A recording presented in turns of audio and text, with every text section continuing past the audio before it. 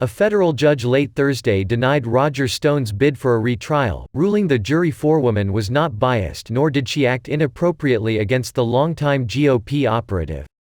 Stone's attorneys claimed the jury forewoman concealed her bias towards him. Before Stone's sentencing in February, jury forewoman Tamika Hart publicly outed herself on Facebook applauding the work of the federal prosecutors. She had also posted on social media before the trial, criticizing Stone and calling President Trump's supporters racist. Judge Amy Berman Jackson said in a lengthy 81-page opinion that Ms. Hart is entitled to her opinions, which do not prove she acted inappropriately. She wrote, "The assumption underlying the motion, that one can infer from the jurors' opinions about the president that she could not fairly consider the evidence against the defendant, is not supported by any facts or data and it is contrary to controlling legal precedent.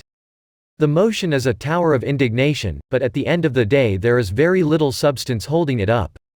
Judge Jackson also scolded Stone's lawyers for failing to fully research background or ask her questions to elicit her views. No one on Stone's legal team even performed an internet search of Ms. Hart, according to Judge Jackson's opinion. Jackson wrote, "An effort to uncover social media activity would not have required the lawyers to pore over dusty family court records in the basement of a county courthouse. All they had to do was sit and type her name into an internet search engine on a laptop, a rudimentary practice that has been an inexpensive and popular arrow in the trial practitioner's quiver for quite some time." Stone was convicted on 7 criminal counts last year, including lying to Congress, witness tampering and obstructing a congressional investigation into whether the Trump campaign coordinated with Russia ahead of the 2016 election.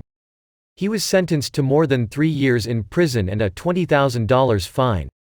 It is not clear what is next for Stone. He could appeal Judge Jackson's opinion, but he may be ordered to report to a federal prison to begin his sentence in the meantime. The judge had halted his sentence until she reviewed his bid for a new trial. However, the crisis has forced some prosecutors, judges and attorneys to be more circumspect about who is reporting to prisons to prevent the spread of the deadly virus. Some jails are releasing elderly and low-level offenders early to serve their sentences at home. As a 67-year-old white-collar offender, Stone would certainly meet the criteria for home confinement. Judge Jackson did not mention the crisis in her opinion.